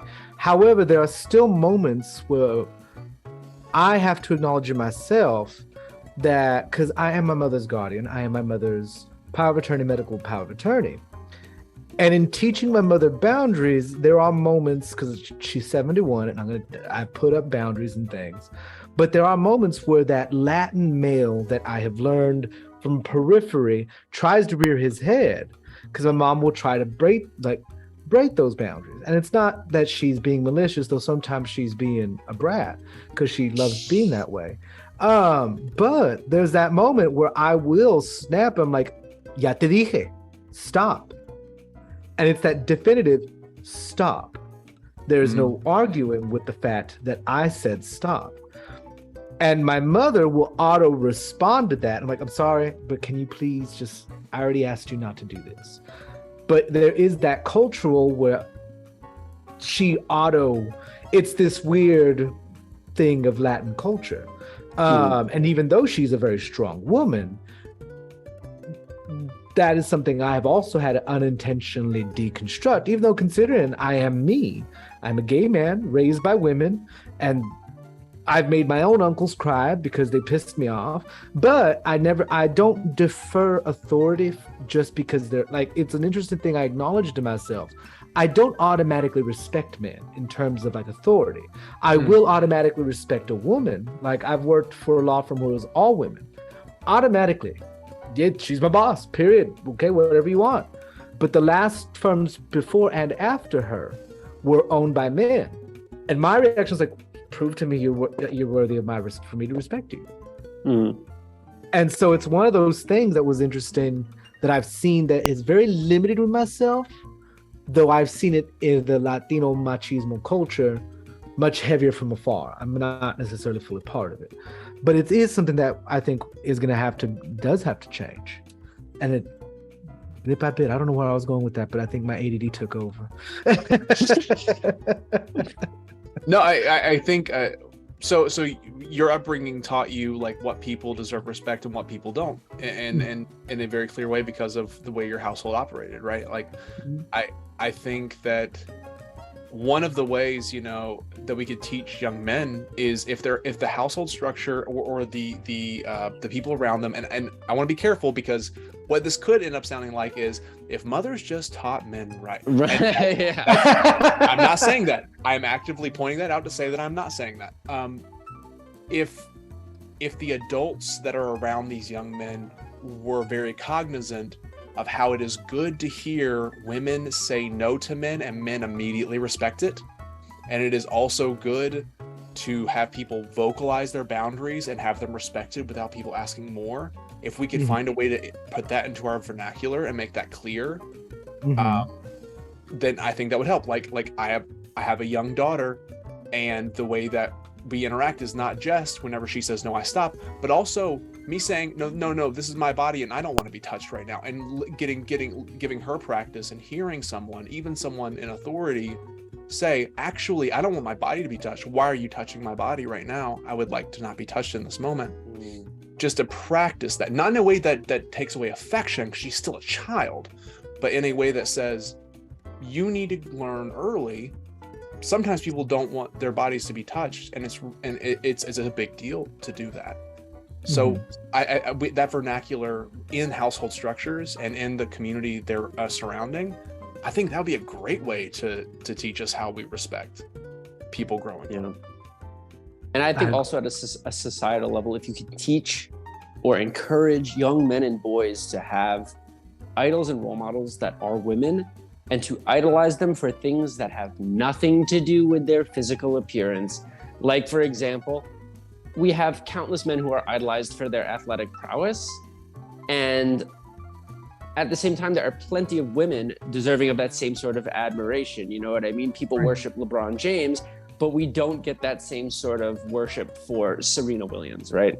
Yeah. Right. So, if you can create role models for young boys who are women, it kind of gets back to what Nathan was saying about how, like, yeah, you might automatically give respect to a powerful woman because that's just a normal thing to do. Whereas for many young men, when it comes to respecting women, it's a task, it's an effort. You know what I mean? It's part of the unlearning process. And so one of the ways in which we can help is to prevent that need for unlearning by kind of nipping it in the bud. You just brought back such a big childhood memory for me that I didn't realize.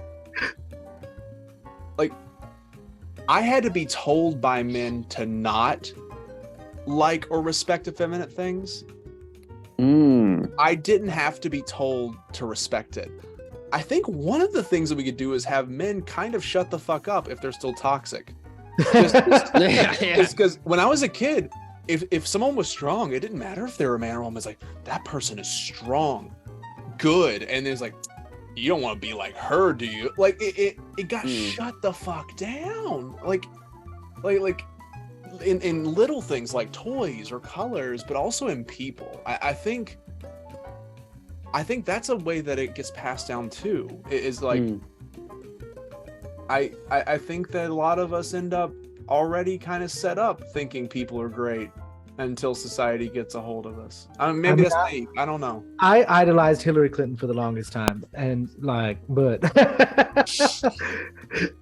not even 100% sure remember why. I just thought she looked strong, and I was like 9. And Cher. I tried being Cher for Halloween one year. My mom burnt the wig because she tried ironing it, so I had to be I had to be Bill Clinton instead.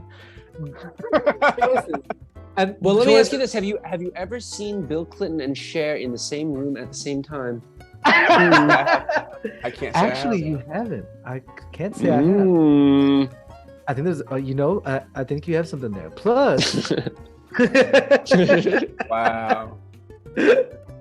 Though I do recommend, for a comedic thing about Hillary Clinton, is read the book called The Residents, because it's a book from the perspective of the White House staff, like the housekeepers, valets, and all them, because they never change. So they know all the cheese men.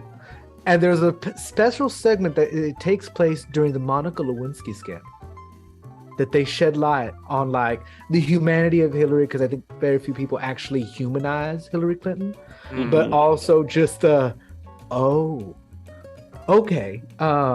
what do you do when the wife of the president beams him? Like, what do you do? Yeah. Fantastic book. The audiobook is beautiful. And so I think we have one more question. It's from Miranda Major. Do you feel it is a mistake to encourage a mentally and physically whole, healthy persona in a young man rather than the idea of masculinity? And I'm not 100% sure how that can be interpreted, but I'll allow either one of you to interpret that question. Would you please repeat it? Yeah, that was, yeah. Do you feel it is a mistake to encourage a mentally and physically whole, healthy persona in a young man rather than an idea of masculinity?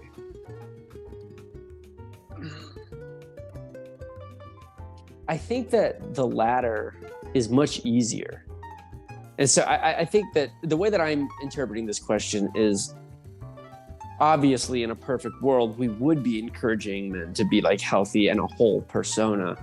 But in practice, it's so much easier to just plop a little boy down and be like, you will be strong and you will be fast and you will make decisions and you will be a leader. And then, alternatively, the counter with young girls. But I think that that former, or rather the latter, is a bit of a cop-out. So I understand why it might not be perceived as a good idea to do that, because you're taking all of this effort and like really trying to like force nuance into the mind of a young boy, and it can backfire, it can bounce right off. Ultimately, I think that the mistake is to put like the onus on the person raising the young boy, when in reality, there are systemic issues that need to be addressed. Like, obviously, you can do everything in your power to make sure that your young boy isn't a turd, but it really revolves around crafting infrastructure that prevents the Tate factor from occurring. It's and that's a long, arduous process, but I do feel like if we hyper focus on like what can I do for the young man in my life, we are going to miss the forest for the trees.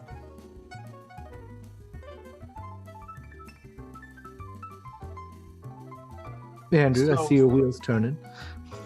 Well, the question was very familiar for me, and I don't know this person meant it this way. But I'll tell you how people from circles I grew up in would have meant what she said. To point to an individualism that involves your own identity instead of your role in society was usually suggested to be something sinful or something selfish or something that would lead to a overly independent, lazy person. Here's how the rhetoric works. You'll teach your kid to be themselves and be whatever they want, but are you teaching them to be a man? Are you teaching them to be a man, like a real man? Like, that's how the rhetoric works. I'm not saying this person meant that, and I don't know how to answer the question assuming they didn't mean that, so I'll speak to whoever thinks that way then. Beautiful.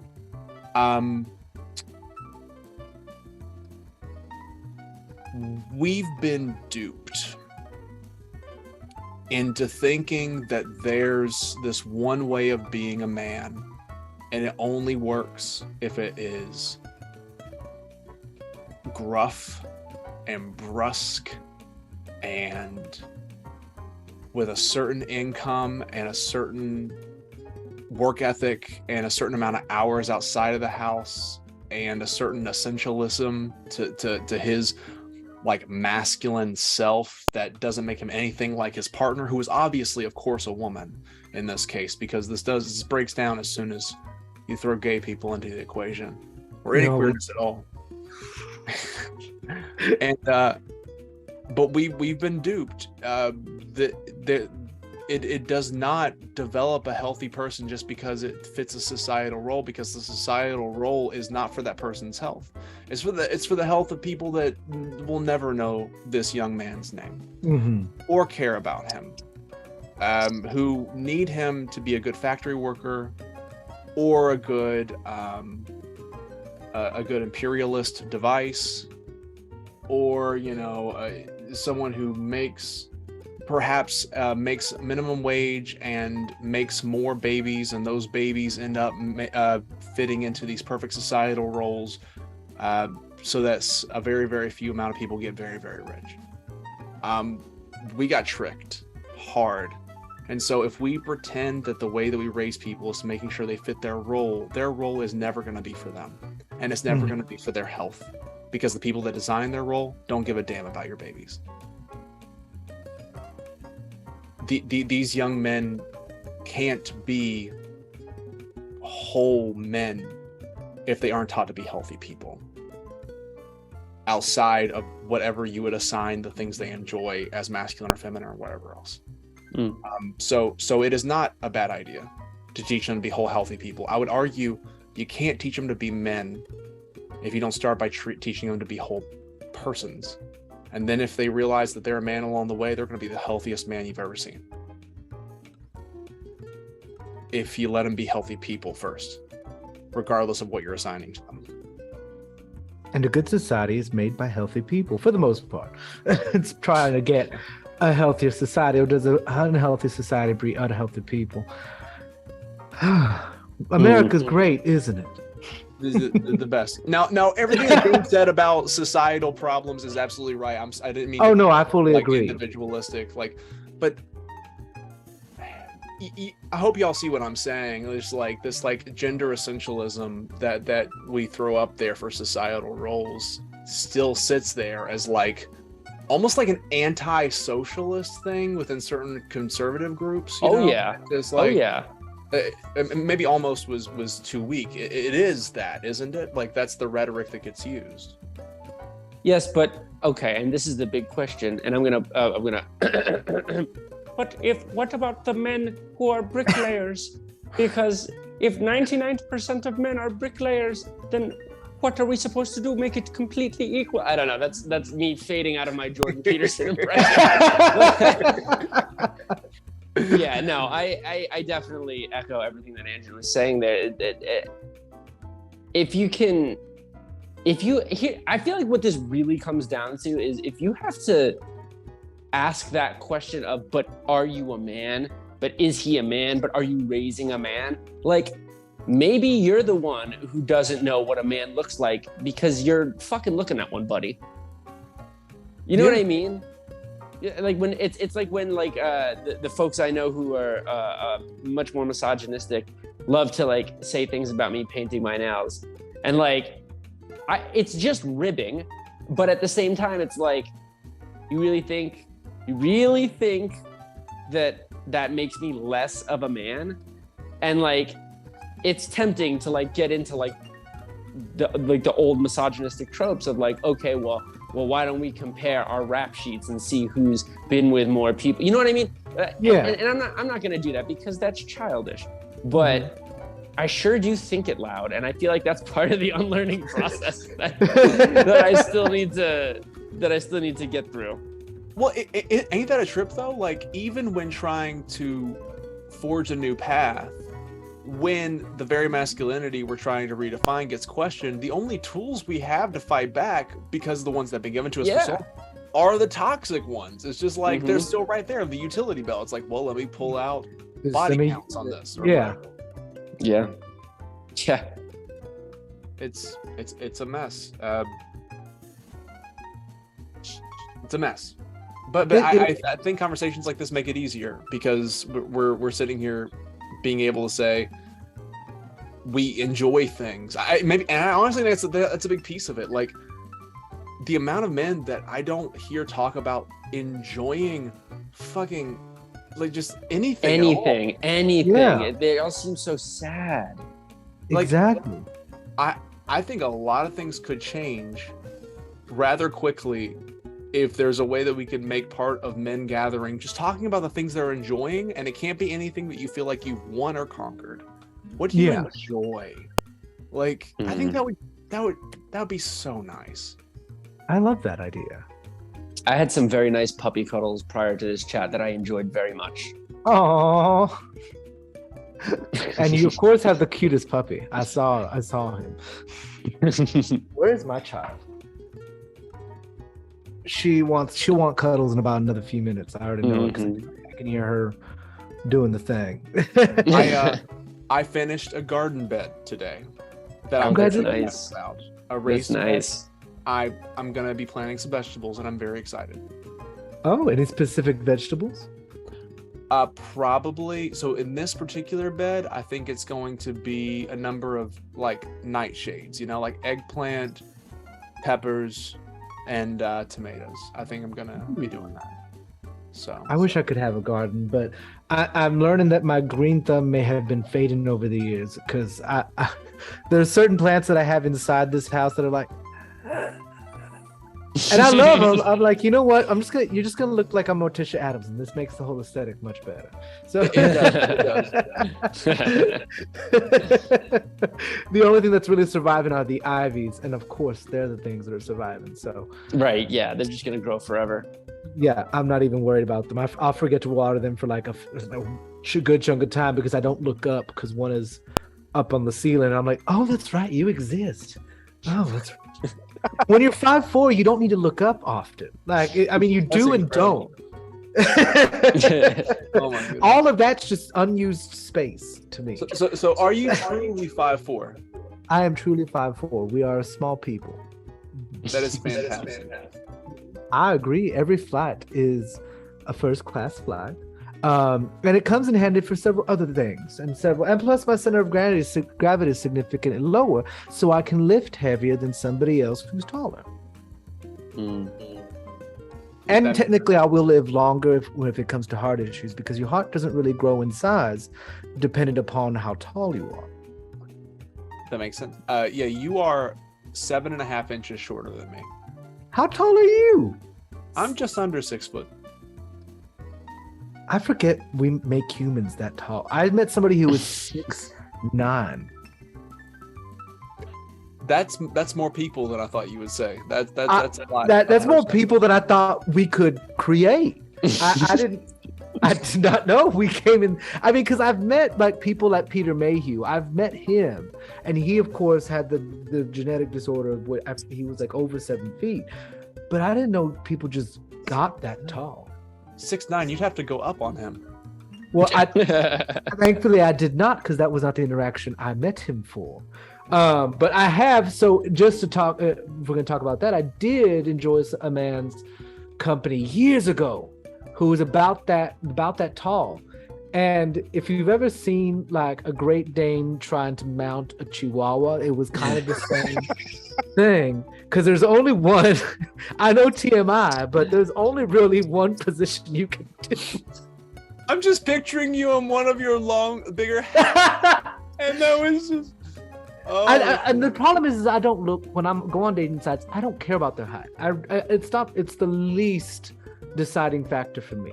So I rarely look at their height. And then this was back years, I was probably like 25, 26. And he walks up and was like, you don't even fit through the door. And my first thing is logistics. Well, I mean, he didn't fit through the door, so he's not going to fit through the door. I mean, he fit through the door. Both doors.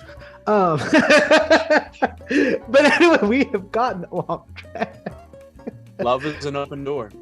I mean, it is. And if you say such pretty things, it can be a very easily open door. But say it. You want to say it, James? I'm doing the hetero white guy thing where I shrink to the size of a penny. Andrew, stop swooning. I can see your eyes from here. I'm loving it. I'm just loving this. This is fun and at no one's expense. And I think if more men did this, then it would be I agree. I've only had a few of the sexual conversations regarding gay sex with only a handful of the straight men that I know. One was a friend from college. I am the godfather to his firstborn. Which I'm like, you better live a long time because I don't even know if I have the funds to do the thing. But we would have these open, candid discussions because he had met me. At the time, I was only about 18, not even 8. I was 18. I met him. He was 22. He was older for college. And we met in a communications class. And then one day I was much heavier and I had this time I dressed for that time period and how I dressed. I had a big old shawl, a hand fan, and I was significantly heavier. And I just looked out in the crowd, into the room, and I was like, okay, so I want to be able to drink this weekend. Who can buy me vodka?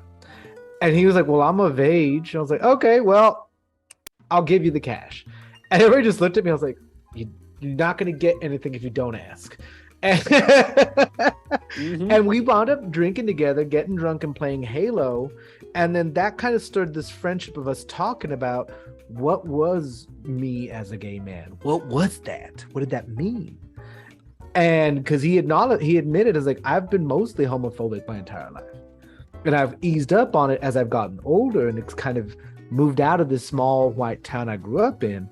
But being able to relate with you and understand, and we would have full conversations about the nitty-gritty of both sides of what we do in the bedroom.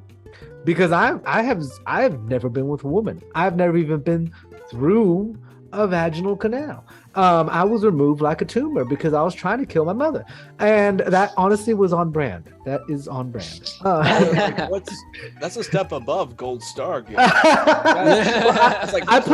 was evidently putting my foot up against that cervix. Like, you find another way, or neither one of us are getting out of here alive. Like, and so anyway, so we had these full conversations because Texas health classes are really a joke. But in terms of sexual health, but having this discussion of like, well, what happens when two men have sex? I'm like, well, there's quite a lot you can do. But no, we had these full discussions, kind of like two straight men would have with each other about what they've done. But I was a gay man, he was a straight man. We would talk about it, and just kind of like, how'd that date go? This happened. Okay. How'd that date go? He's like, I don't think she was into me. And I was like, okay. And he was like, it's cool. I mean, that's fine. But I acknowledge now as we've gotten older, he was much more emotionally mature than he gave himself credit for, even then. Because he was like, I'm just this kind of whatever. Like, but looking back now, to me then, it was like, oh, wow. Okay, here's one of my closest friends is this straight man. And we have these discussions. And it's only been a handful of times I've had that where we can just be like, okay, this is what it do. And it's not necessarily that different from what y'all do. It's just there's different parts involved. So, well, yeah. No, you touched on something that was really fascinating for looking back, I can see now why it wasn't fascinating for me and it just felt normal.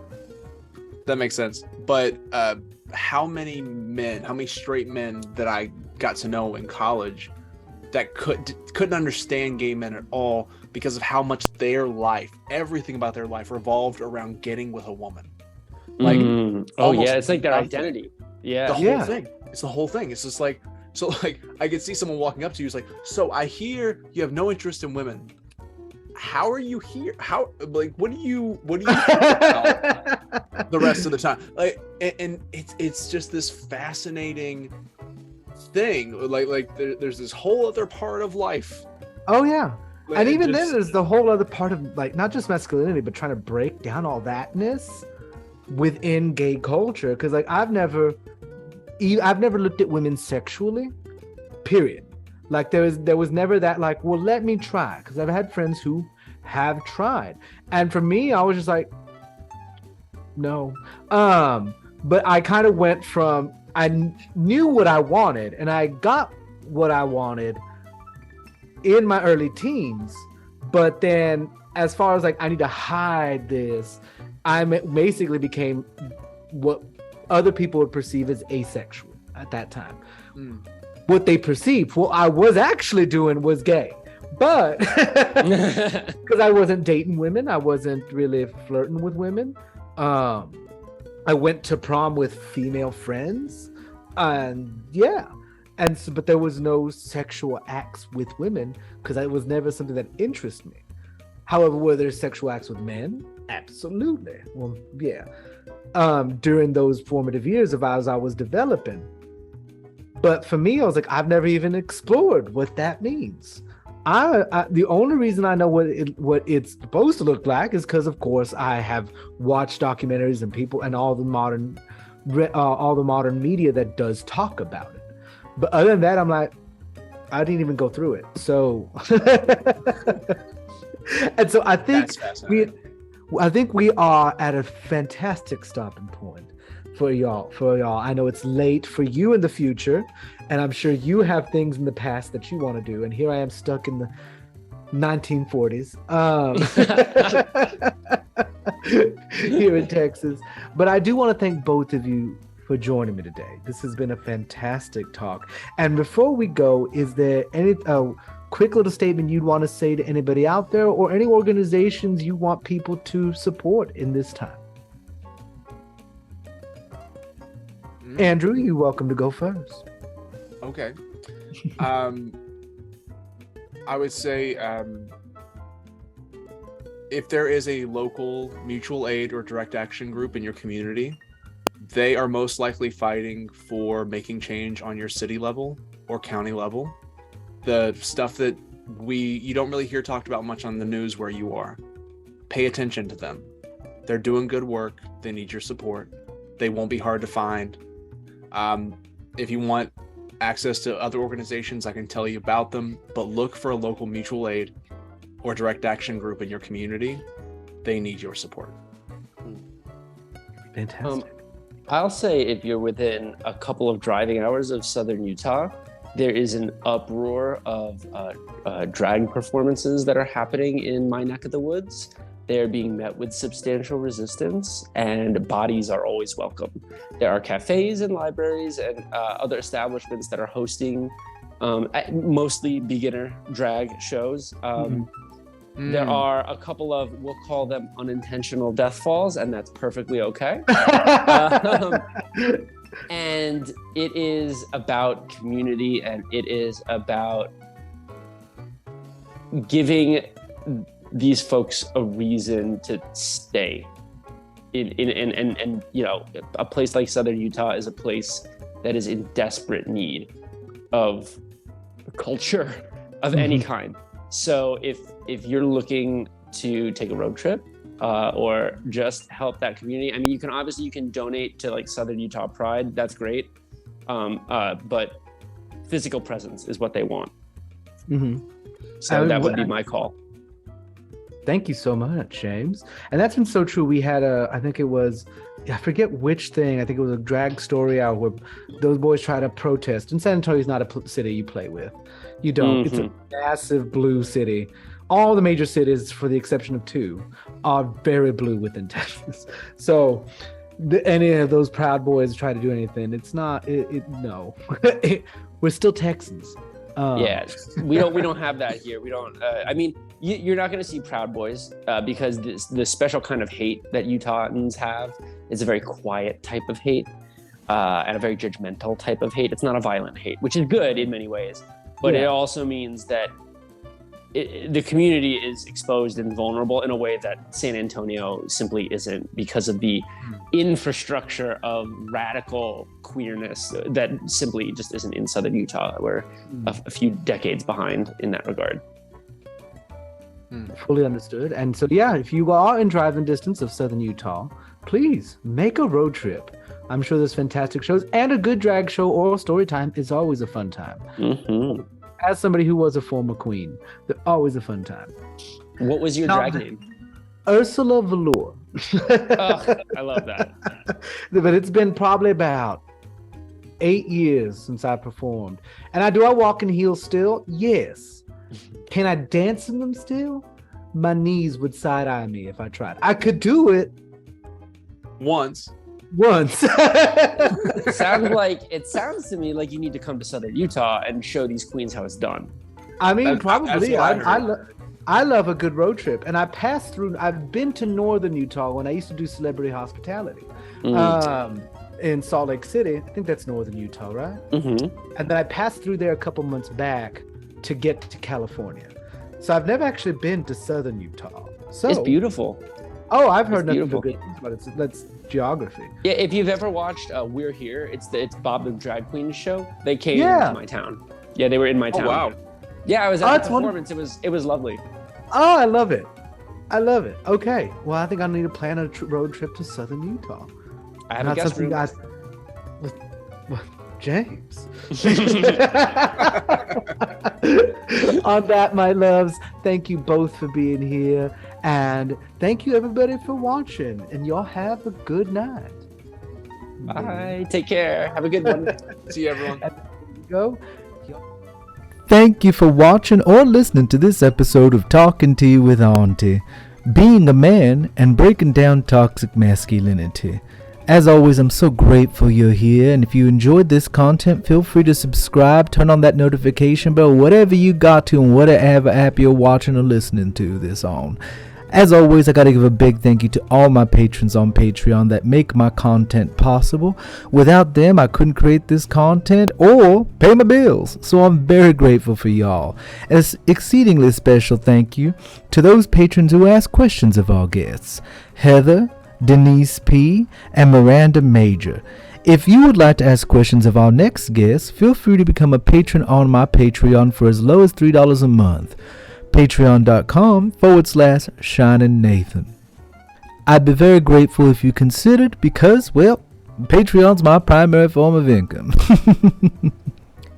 I must thank our two fantastic guests, Andrew and Dr. James Stein, for agreeing to be on this show. It is really wonderful to have guests that are willing to speak with me and interview about their daily lives on special topics. Now be sure to be on the lookout for our next episode, which will be coming up within a week in honor of Black History Month. And we will be talking about being a black woman in America. I'm sure it's going to be very informational, educational, and eye-opening. So I'm very excited to interview these two beautiful women in the next upcoming episode. So be on the lookout and go to my Insta. You'll get all notifications there in my story when they come out. As always, I love every single one of you. I'm grateful every single one of you's here. Remember, take care of yourself, drink some water, and I love you, honey.